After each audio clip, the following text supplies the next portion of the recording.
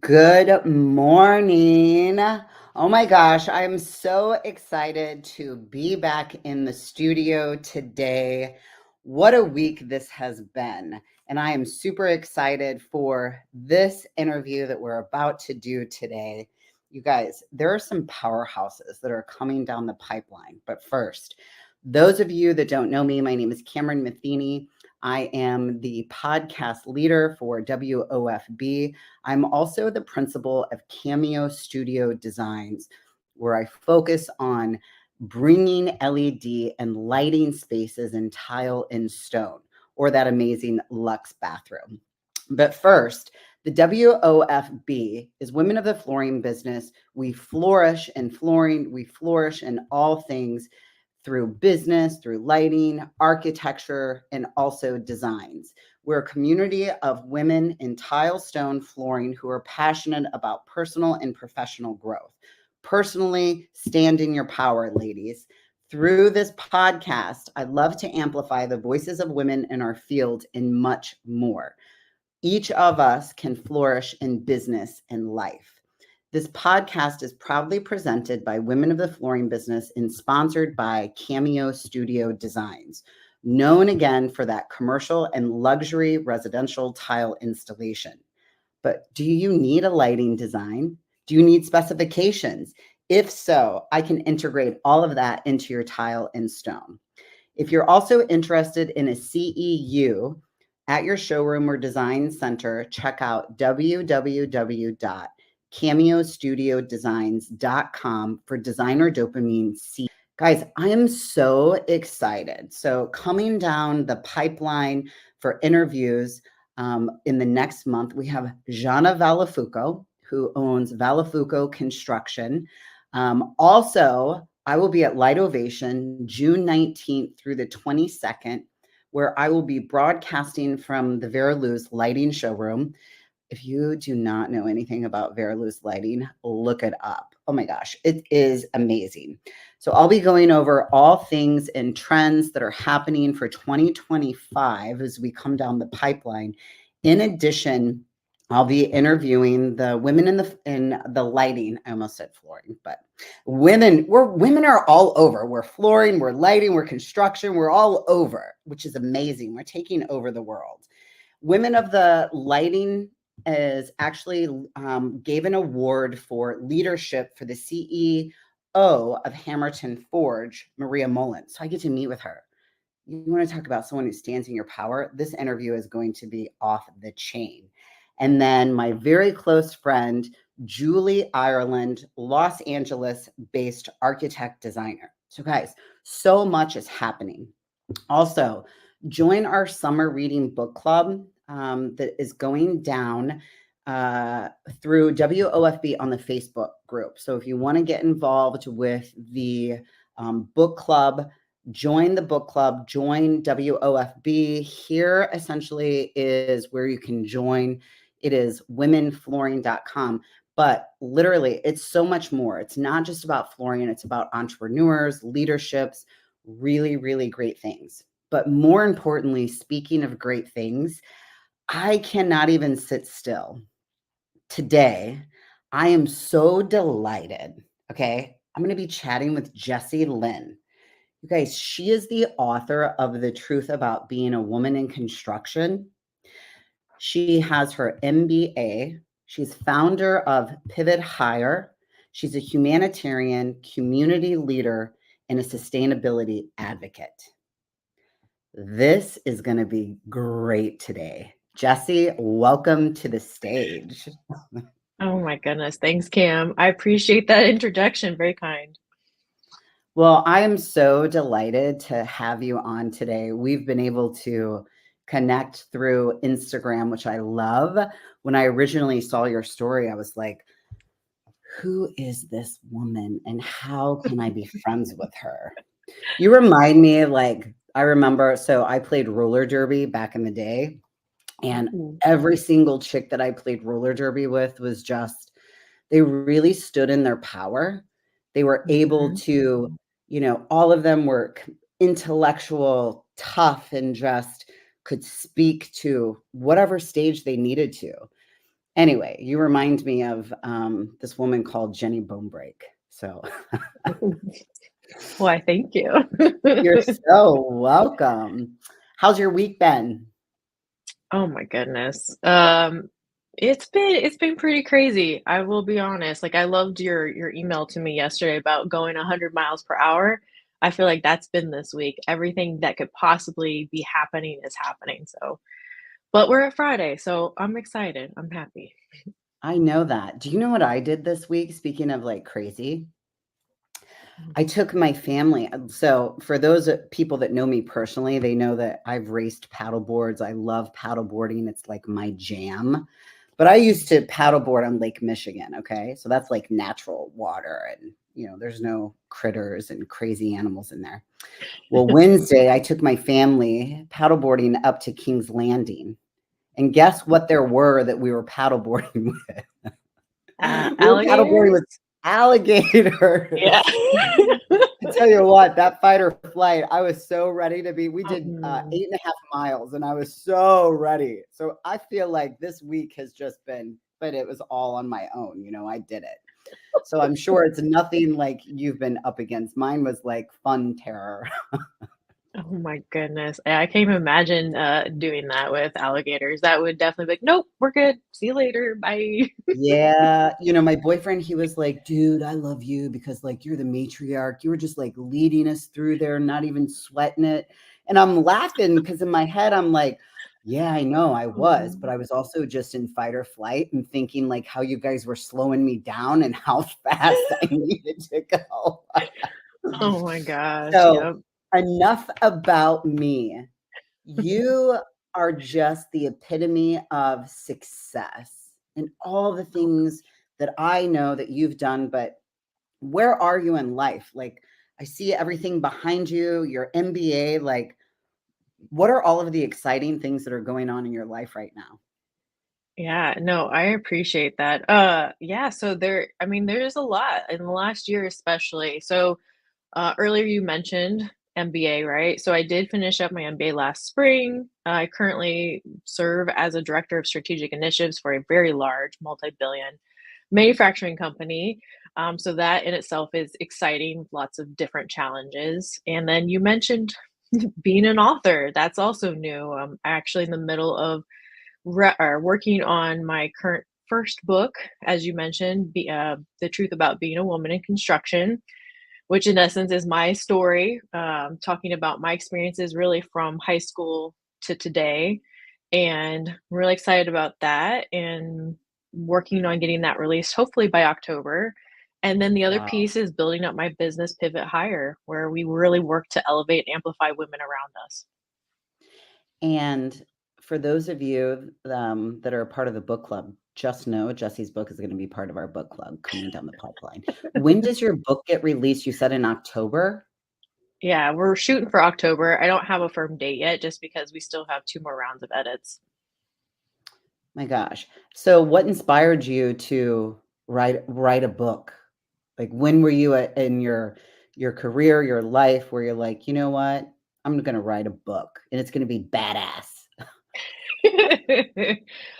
To be honest, I mean, it was one of those things where, throughout, like, my life, I've always kind of done some kind of writing, whether it was little blogs, journaling, etcetera, and honestly, in the last, like, 5, 6 years especially, I think in my mind, I was able to feel more true to myself in the sense of exploring, understanding where I was at, but also feeling like, you know what? I'm tired of being told no.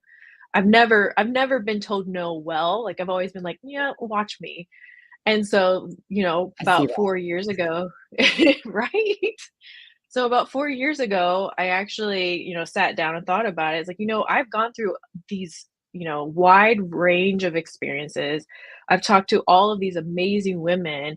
And when we talk about the trades, when we talk about construction, we all have very similar stories. But at the same time, like, even going to, like, career day and mentoring other young girls, like high school girls, middle school girls, being able to stand there and share my story and my experiences, you can literally see the light bulbs come on. You can see that inspiration, and so I feel like the book was a pivotal moment of literally taking those experiences and really bringing it to the surface so that others, whether you're a woman in construction, interested in construction, you're a young girl, you can see this as an opportunity. But also in the same way, it's a call out of saying, hey, we can do better. We can do better as an industry to be more inclusive so that people can show up authentically and feel safe, feel secure. So that was kind of the big push for me on the book. And also it was like, you know what? We're at a time in my life where let's go. Like let's just do things. I'm tired of feeling like, you know what? I've been told most of my life you can't. Well, watch me. I love it that you essentially, I remember at one point that we were talking, and I don't know if it was via email or we were having conversation, and the thing that really was this that spring loaded you for me was you said enough is enough.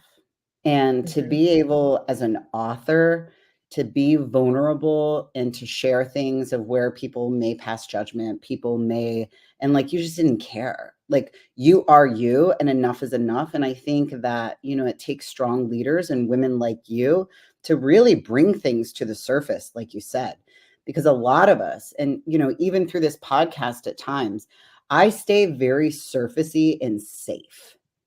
Mm. And it is through conversations that I'm having with women like you that we can go deeper, we can get vulnerable, and we can really share the truth about, what the fuck is going on.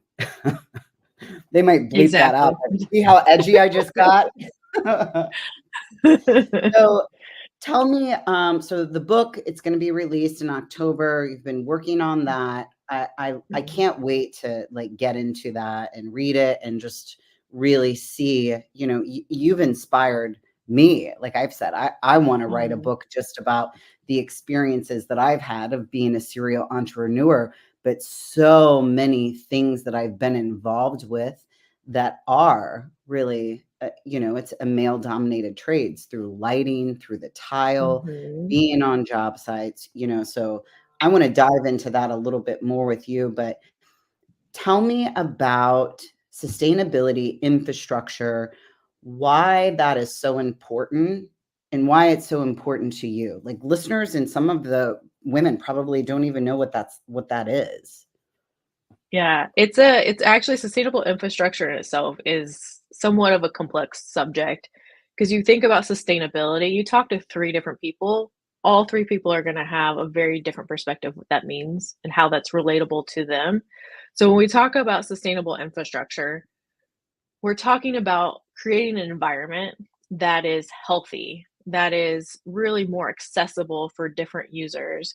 And the other nice piece that I think about within sustainable infrastructure is there's opportunity to make it a central energy port or like a microgrid, which again, that might not make sense to some people listening, but being able to be, I don't want to say off grid, but being closer to a net zero where you are to a point where your building isn't emitting emissions or emitting negative things to the environment. And instead, you're taking an approach of creating a space where you can capture data and understand what the building is doing and how you can improve it. It could be as simple as updating your light bulbs or improving your HVAC system all the way to how you have security set up or what kind of doors you're using. So, if you are in a wheelchair or if you're coming from the airport, everyone has that universal access to go in and out of a space. And so, I guess the simple way to think of it is sustainable infrastructure is making your building smart, healthy, and universal. How did you decide that this is so niche? How did you decide that this was like, what was it that you're like, this is what I want to do? I want to like create spaces and all of this sustainable, like, how does someone even get into what you're doing? That is an amazing question because to be honest, I don't want to say I stumbled into it, but it definitely was a very windy road. So, kind of backing up even a little bit with my path, when I was a construction manager, when I finished my undergrad, went into construction management.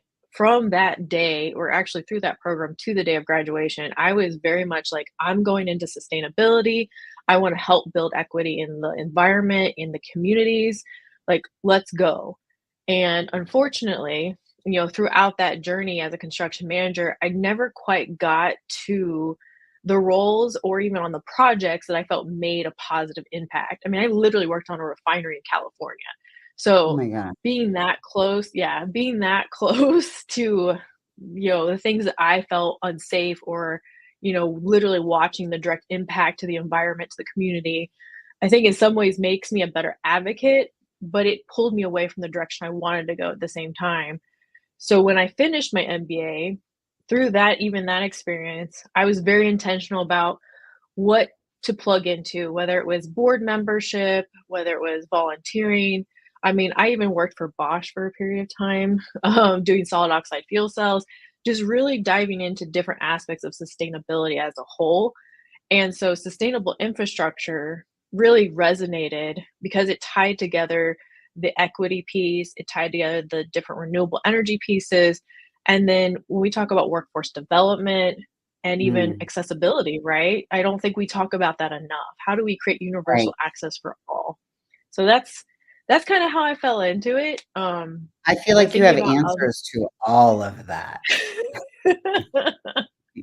I would say it's a constant learning. I'm learning. Lots of smart people around me too. But yeah, it's to your point, in a way it is very niche, but it's growing in demand, right? Because when we look at construction, we look at buildings, like those are some of the largest aspects of the emissions that we Right. literally can calculate know is a problem. So how do we get people into that? How do we continue to evolve those technologies or understandings? And it's challenging, it's hard. I mean, that's incredible. Like you're sitting here telling me all of this, and I'm just like, who is this woman? So, you mentioned the refinery of Mhm. in California and how for you, I could see that was kind of an eyebrow raiser for you as you were talking. Yeah. Was that a pivotal moment in your career where enough was enough, or walk me to when that pivotal moment was, if that wasn't it? Yeah. So, not quite. I mean, it was close, it was close. So, when I was working in the refinery or working on the refinery, I should say, it was honestly one of the darkest times of my life. I mean, we were worked ragged, like 13-hour days, 6 days a week. There was lots of harassment, lots of toxicity. Even the leadership that I worked with on that project, it it was not healthy, it wasn't safe, it was not a safe space even for me to grow as a professional, as someone who is new, like, construction management, like, I'd always been a welder in the trades, doing something very, like, technical, hands-on. Construction management, like, you are managing crews, you're understanding different scopes. And so Right. that was hard.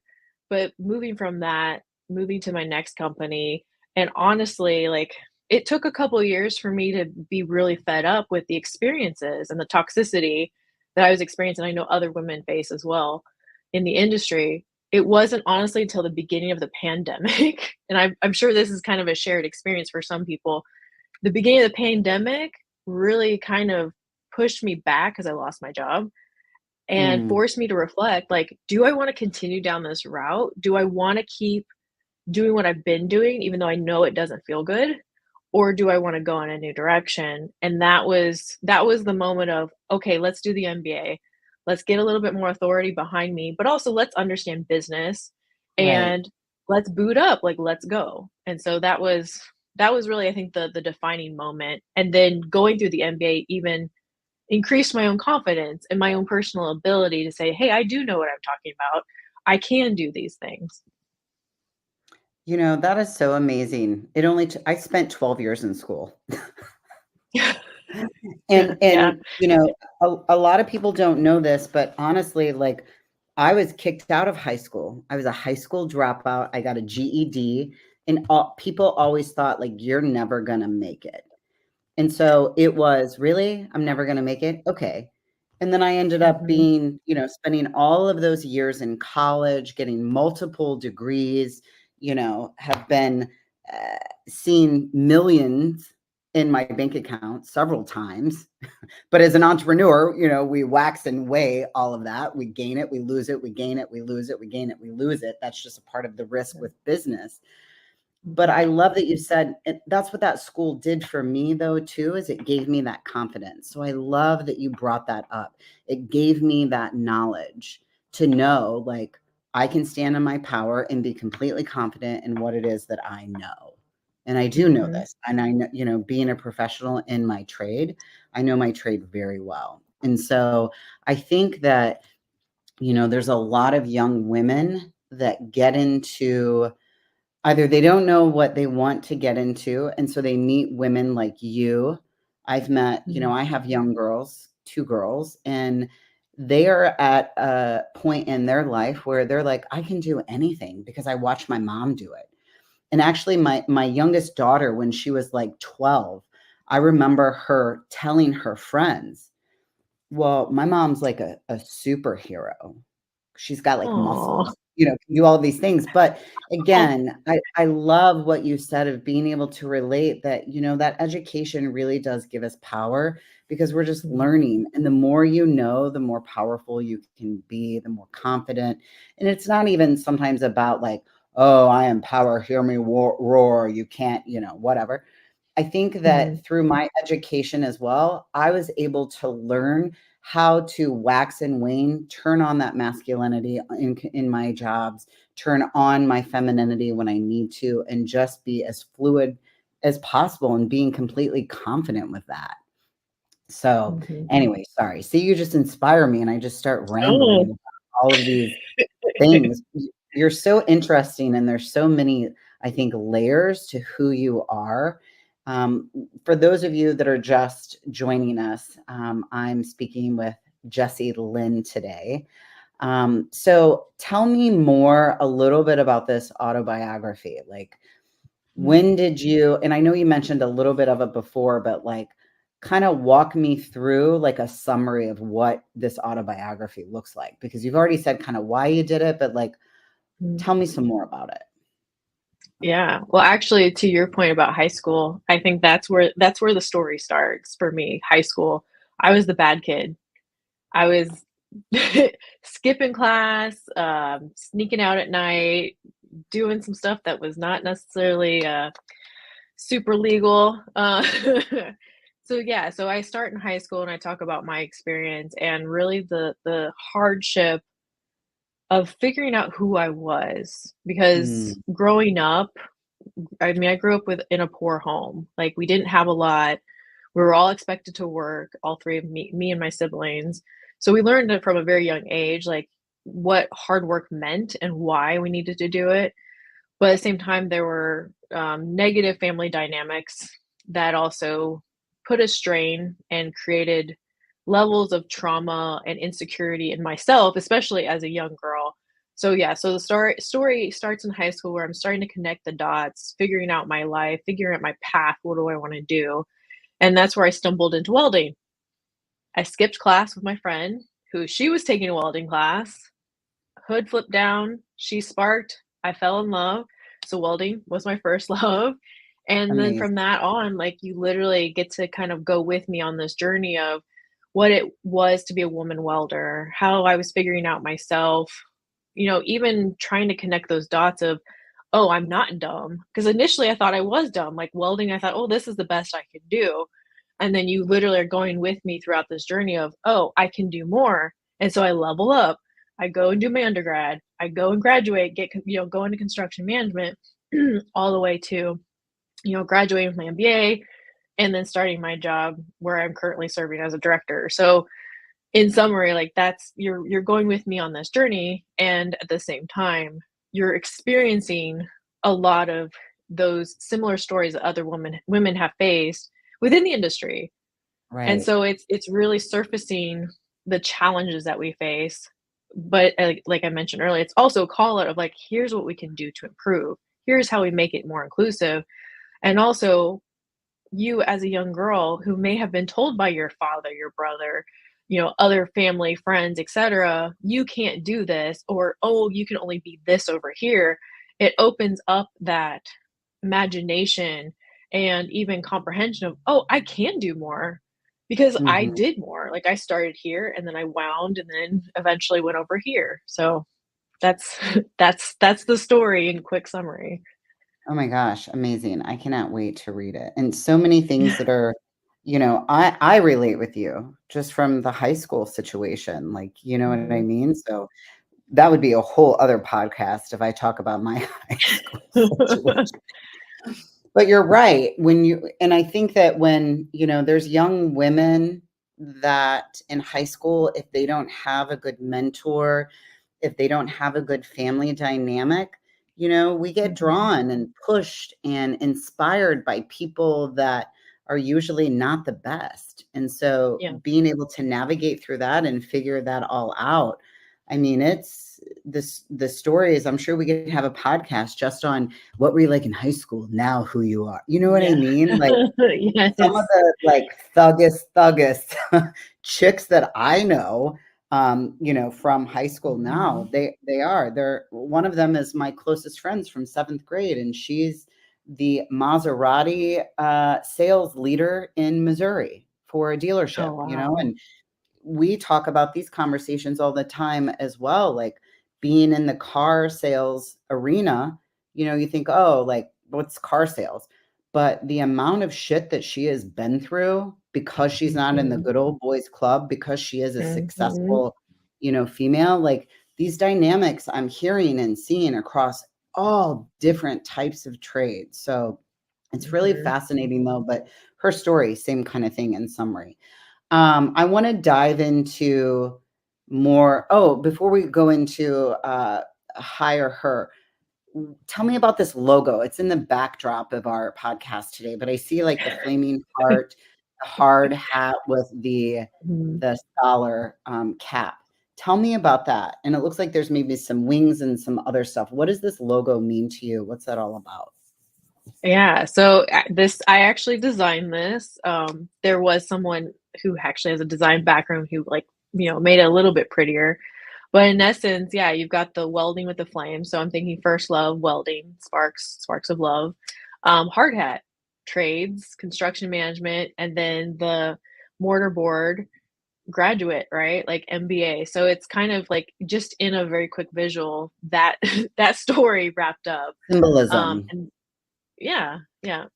And so then the like the kind of the subtitle, right? Finding limitless with the wings. I mean, that's where I feel like I'm at today. I feel like all of the doors are open, all the paths are open. Like I can go in any direction I want to. And so Mm, it's my attempt to bring that quick visualization for anyone who might just glance at the book and be like, "Oh, I can find inspiration in this. Oh, maybe this is a story that I can relate to." Or to your point, like find inspiration and see themselves in and be like, "You know what? I don't have to be stuck. I can unstuck yeah. myself." Yeah. So that's yeah, that's it. And then flames, right? Flames, because welding. Girl, I have flames tattooed on me, but for all a different kind of purpose. We call that the ring of fire. I'm not a welder, nor have I ever touched anything that is like welding. So I will leave that up to you. So, as far as the last 10 years, I know you kind of talked about like you became the LLC with Pivot Mhm, Higher.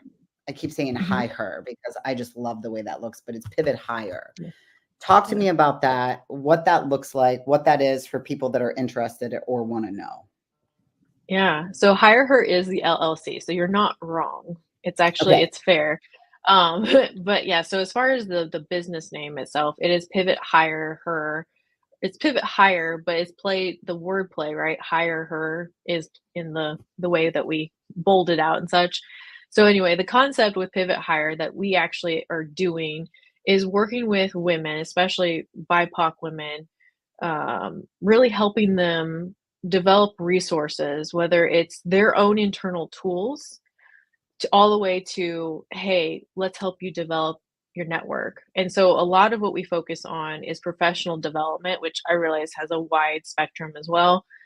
But it can be anything from you need resume help, let us help you tell your story, all the way to I'm in a really bad toxic work situation. I need help and I need to get out. And so that's where our team really does a good job holistically coming together. And you've got the consulting, you've got the coaching, and you got the recruiting aspect. So you literally have kind of this hug of your squad of these women coming together to embrace another woman so she doesn't feel alone on the journey. And so one of the pieces that we identified is that caretakers and career changers tend to impact a very specific group of women, and because of that, that is where we try to focus a lot of our energy, helping those women who may have recently been fired, because we see that a lot. Like all these large Mhm. companies are firing people. I know me personally, when I turn around and I see who gets fired, it's a very specific type of woman or a very specific type of group, which is frustrating and not right. And so, in essence, we are a group of very pissed off women who recognize that the system is busted, and we're like, let's fix it, let's do better. And so that's what we're trying to do. And so, as far as like resources for people that don't know that you exist, do you work with like other alliances or do you work with other community leaders like archdiocese or anything like any of those large organizations? Yeah, we're actually currently working on developing a couple of different key partnerships. So one of the first partnerships we established was actually with the Skilled Project. Shout out to Amanda Luchetti, who's an amazing woman out in California who's really taking a storytelling approach to bring visibility to the trades, to really redefine the stigmas around it, right? Like a lot of people think, oh, trades, ooh, dirty, or ooh, rough and tumble. And she's really bringing visibility around that, saying, actually, it could be financial freedom, or it could look like what you need it to look like. And so she does a lot of bringing people together, a lot of, bringing women even to the forefront of saying, hey, tell us your story, tell us your experience. And together, we're actually working to uh, create a clear path for women. So if they don't necessarily know how to get into the trades, together we are trying to bridge those resources. Her and I are actually focusing on a couple of other future adventures as well, or ventures, including how do we improve mental health around construction, especially for women who might be in construction or interested in getting in construction. So that's one piece. And then even locally here in Minnesota, we've started to establish two specific partnerships, one with Fireweed, which is a local women-owned carpentry skill space, very much community oriented. We're doing Right. a solstice tabling event in June, in a couple weeks. And then the other one is actually with Chicago Avenue Fire Arts Center. Again, another woman owned welding space, to really kind of bridge those skills and help provide resources, but also have that direct connection to the community. So that's where we're starting. But we're also looking at other partnerships with like St. Cloud University Women's Center, and even looking at like the different counties such as the Minneapolis Chamber of Commerce, Ramsey County, Oh, that's like great. figuring out workforce development, how can we plug in, how can we support? So there's a lot going on. Yeah, no, that's phenomenal. I wish that I would have known you through so many different avenues of my life. I love that. I think that financial security is the number one thing that you mentioned as far as like this, Mhm, the founder of the Skilled Project. Her name's Amanda, you mhm. said? Amanda Of, Lucetti, yep. yeah, of just being able to realize that you can have financial freedom. And, you know, I've had careers, a very short span of where I did work in like corporate and someone else was in control of my finances. And just whenever I Mhm. was scaling, for no reason, I remember I worked for a lighting electrical showroom and the owner's son had just taken over and, he was a good old boy. He and I could not connect. Here I was Yeah. making six figures, just bought, was in my condo, just bought my little convertible. And he just has me come in one day and he's like, hey, we're letting you go. And I'm like, why? It's just not a good fit. And it was like, that was another pivotal moment for me. I mean, I had already been an Mhm. entrepreneur prior to that. Yeah. Sometimes we get burnout, and I thought, well, I'll try this. And then I remember thinking, like, you goddamn camera, you did it again. As far as like I had to continue to take that financial security on my own. And I would rather wake Mhm. up every morning going, you know what, if you hit snooze, guess what? No one's going to be there to pay your bills. So get up, go. But Mhm. there's no glass ceiling with how much you can make. Like I shattered through that a long time ago. I remember whenever at that moment, I started my business on a boat in Michigan. I lived in 65 square foot and a little whiteboard that was an 8-inch by 8-inch, and it said $10,000 weeks. And I remember posting a picture of it. There were all the naysayers like, no way. This was right before actually January of the pan. You're never going to make it. No way you're going to make that. Yeah. We did like $40,000 weeks. You know what I mean? It was just, again, going back to that pivotal moment of you're never going to make it, and being in control of my own destiny, being in control of my Mhm. own financial future. That's a beautiful thing. And I've talked to a couple of women, on this podcast that I hope that they hear this, because some of them are like, oh yeah, I'm done I can make $40,000. And I'm just like, girl, we make that on bathrooms. Like, you know what I mean? Like there's so Yeah. much that comes down to the essence of what it is that I think that logo is, truly about too, is like, how high can you soar? Shattering through those glass ceilings. There's anything that you put your mind to, you can do, but also having that Mhm. confidence through education, through being able to just make these little steps that overall are huge, huge pivotal moments with that. So Yeah. I know No, that, agreed. yeah, sorry, I get really excited about this stuff and just ramble. It's all The amount of good. stories that I can tell you about, I mean, it's just crazy. So you talked about already the Solstice workshop. When is that date again? So the solstice workshop is actually June 20th. Okay, and is that in your town, or is that in, I don't know why I was thinking Detroit. Where is it located? Yeah, so it's here in Minnesota. So it's in the Twin Cities near Powderhorn, which again, if you're not local, you're probably not going to know. But if you look up Fireweed, they actually have it on their calendar events, and it's 5 to 7. So if you're in the area, stop by. But yeah, Okay. me and my team are going to be there. We're going to have a little table set up. We've got like some swag that we're going to have to hand out, and then ultimately we're going to offer ourselves as resources. So as individuals have questions about like next steps, or how do I, Mm, take the next level of my career, or how do I even go and get certification? We will be there, but we're also going to offer a QR code that's going to allow individuals come up, scan, and have like a quick link to professional development resources, whether it's a resume, how to build out references, some coaching tips, some like ways to like breathe through or really understand the situation. So it's an important moment for us to be close to the community and offer ourselves as resources ourselves.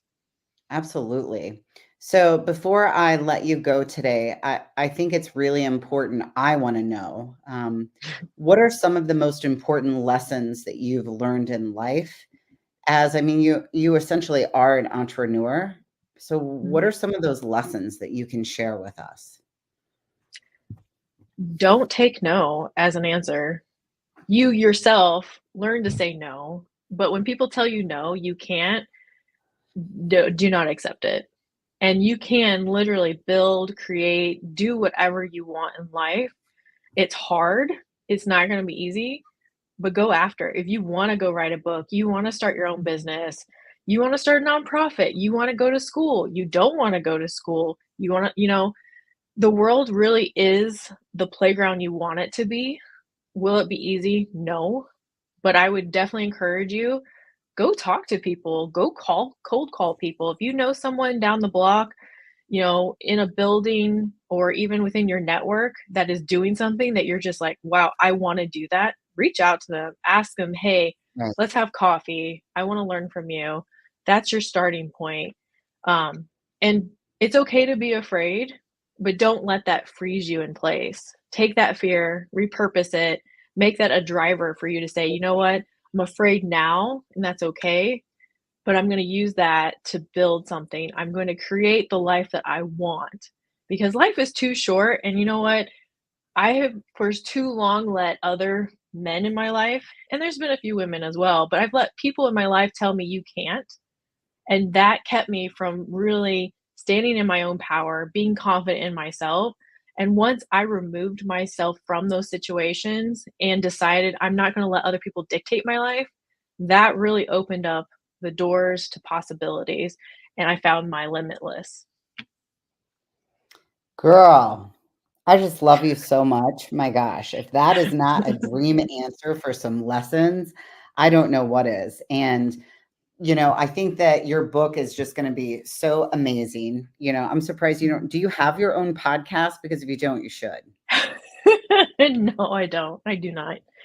Like you need something else to add on your plate, right? Yeah. Yes. Well, I Well, mean, to be honest, we've thought about it for at least for pivot hire, but we've got a lot of other stuff we got to figure out first. So maybe for eventually. yes, yes, do it, do it. So, what are all of your socials? I have your Instagram here because I know a lot of Yep. people are on Instagram. You're Yes. also LinkedIn, which is Mhm. Pivot Hire. And Mhm. then, so this is your Instagram, truth Yep. underscore woman underscore in underscore construction. And then your website, we've also shown that as well. Any other Yes. socials or things that you would like to add of anything that I've forgotten, or you just want to share with our listeners? The only thing I would add is like if anything I talked about today is of interest, whether it's, hey, I need support, hey, I want to write a book, hey, I want to start a business, hey, I just want to connect with you, feel free to reach out to me on any of those socials. And Cam, maybe we can also later share my own personal LinkedIn just as another access point for people. But I'm here to be a resource. Like that is I want to be a conduit for others, especially other women, because I've gone through these experiences, or we have even gone through very similar experiences. But I'm Right. at a point in my life where I'm ready to like, let me reach behind and help pull others up because we will do so many amazing things together. So reach out. I'm here to help. Girl, I'm going to be reaching out like next week. I can't wait. Good. Well, thank you so much for joining me. I'm so glad that we were able to connect just through Instagram and now creating what I foresee to be a really beautiful friendship relationship moving forward, Mhm. lifting women up, helping them stand in their power, and Lord knows what else. We're going to take over the world. Yes, absolutely. So, well, again, those of you just joining, please be sure to check out Jessie Lynn and her upcoming book that's going to be published. And I cannot wait to read it. I can't wait to connect with you again. So, I want you to enjoy your weekend and we will connect again. Thank you so much for coming on. Thanks, Cam. Appreciate it. All right. Bye bye. Okay, guys. If you want to be a sponsor of this podcast, we have packages anywhere from $0. Send any sort of promo code that you want to help listeners or people learn more about your business. Contact me, reach out. We also have some huge packages too for those larger corporations. If you want to just bring something different to your company or business, be sure to log into WOFB on Facebook to be a part of the conversations and join the online community to connect with women like Jessie. Connect with women like last week we talked to Megan. Being a part of that book club, there are thousands of others that are involved in this initiative to help women stand in their power. And just like Jessie said, when enough is enough. So we're here to support you. Also, next week, coming in, we will be lit from Dallas. Oh my gosh, I cannot wait with Vera Luz and Hamilton Forge, talking with CEO Maria Mullen. So, thank you guys for staying connected with Cameo here through the WOFB podcast. And I will see you next with Dallas. Okay, bye.